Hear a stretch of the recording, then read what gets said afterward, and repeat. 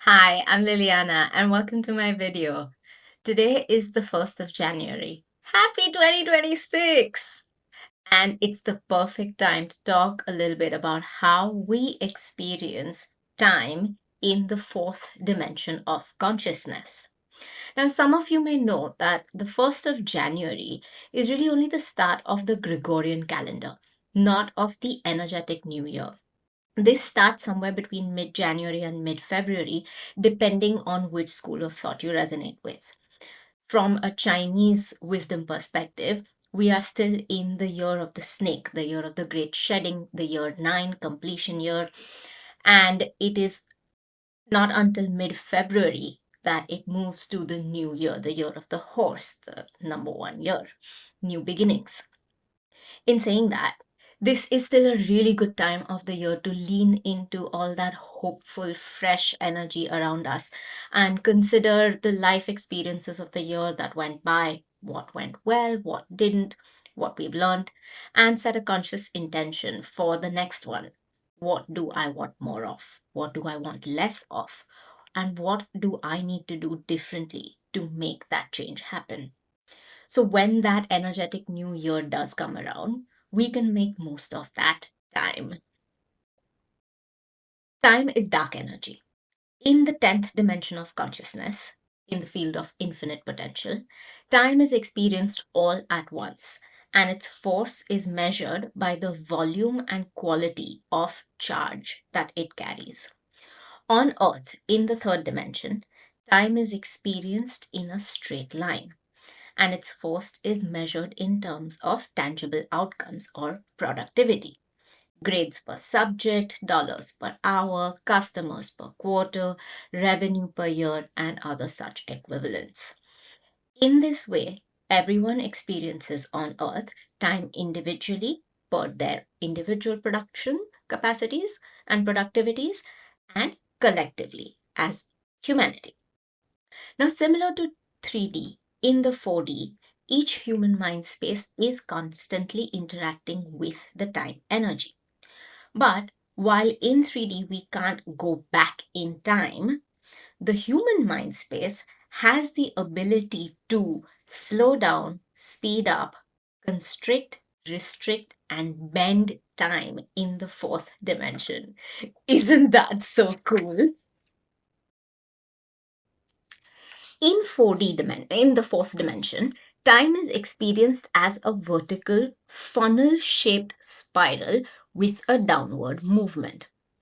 Each mind space experiences time differently based on A, its individual location in the 4D field of consciousness, and B, how the mind space energetically chooses to interact with time. As a quick reminder, the individual mind space location in the field of 4D consciousness is found by plotting the frequencies of a person's physical health, emotional health, mindset health, meaning how healthy their beliefs, thoughts, and behaviors are, and their spiritual awareness. Because of this, our experience of time changes based on what we're doing with that time and how we feel about what we're getting out of that time. So, this is why time feels heavier when we experience shame or guilt because it's a lower frequency emotion and it feels heavier. Time feels chaotic when we're agitated because we're spiraling here. Time stands still when we're in shock. Time feels lighter when we're happy. This is also why we feel stuck in time, why time flies, why we zone out, which is drop off the frequency of wherever it is we are physically, or get locked in the flow, which is when we find that our focus is super locked in and we're making the most of that time and gaining the most out of that time. This also is why sometimes it feels like you woke up in or walked into an alternate reality sometimes because the emotional frequency of the mind space changed so drastically for whatever reason that time in that moment feels surreal. In the fourth dimension, the force of time is measured in energetic outcome. by the amount of human potential achieved in any moment. What this means is that you can sometimes spend 6 hours looking at the same document, same piece of paper, same screen in front of you and achieve nothing. And sometimes you can complete in 10 minutes what should have taken a month. In the first example, low amount of human potential was achieved, and so time feels like it was wasted. While in the second example, a high amount of human potential was achieved, and so it feels like time was gained.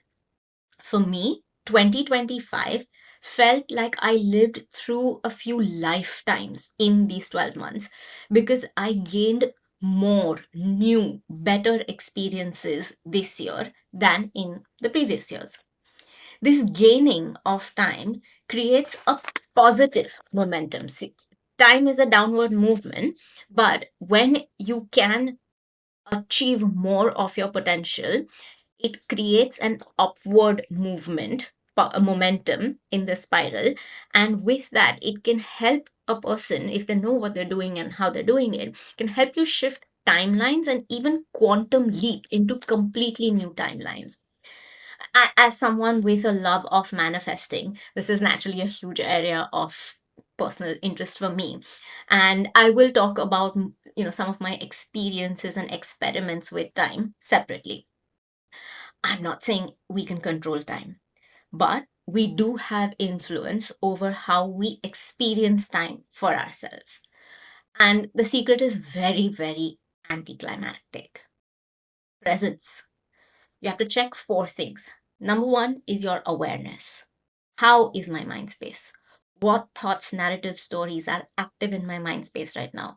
Am I telling myself I'm useless, I'm not enough, I'm too much, I don't understand what I'm doing, I'm not capable? Or am I telling myself I've got this? Because one narrative takes away from your ability to do things, the other narrative supports it. Second thing you want to get clear about is your intention. What am I doing with my time? What do I want to get out of this? What experience am I looking for? And am I acting in alignment with this intention? So, if my intention is to make this video, but I don't actually press the button and make the video, my intention really isn't there. The third thing is attention. Where is my mind space right now? Is it in the present moment, doing what I need to be doing, or is it drawn into a distraction, a past event, a future hypothetical? And the fourth one is focus. Is my mind space locked in on my goal, or am I thinking of something else? Is my focus right here? The difference between focus and attention is really important because attention is short lived. Focus is steadier, longer. So you have to keep bringing the attention back to build the focus through consistency. For me, time is the greatest equalizer. The richest person in the world and the poorest person in the world both only have 24 hours in a day. So it comes down to what you do with that time. But look, having to be present in each moment is pressure, hustle, all that constant awareness, constant focus, constant attention. It gets really exhausting all of its own. It's a separate burnout. So let me share something that I do, which is more fun and it's a little more big picture, which is more suitable for this time of the year.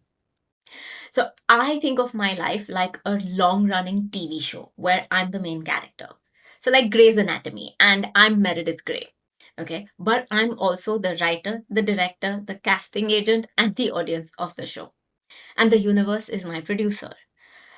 And all of us, that's me and the universe, we're very invested in this show going well for the many coming years. So now we've got the show's latest season that's coming to an end, and all storylines, all characters, everybody's contracts are up for renegotiation ahead of the next season. So now I go and ask my show's audience, me, what did you enjoy about the last season? What exhausted you about the last season? And why? Which storyline didn't resonate? What subplot was boring? Which character was ick? I ask what could have happened or what can happen to Meredith Grey, say, in the next season. that would make the audience want to stay invested in the show? What does the audience want for Meredith Grey this year? How do they want to feel about her at the start of the year? How do they want to see her character grow? What do they hope she achieves at the end of the season?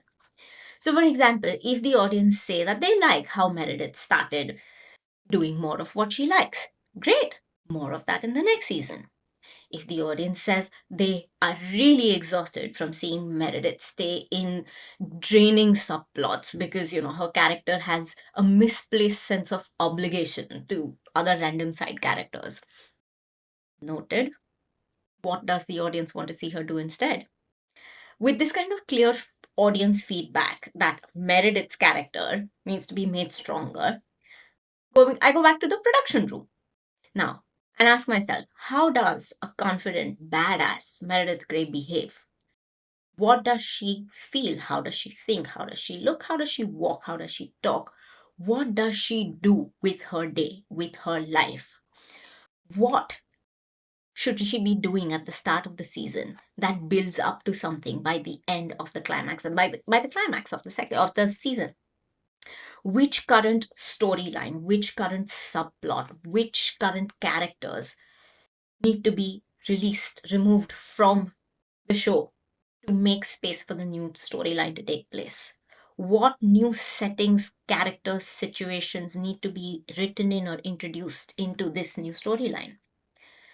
What this does is this feedback, as I reframe it from sort of taking stock of myself, it helps me have a really honest conversation with myself, because now this inner dialogue is about a TV show and its character.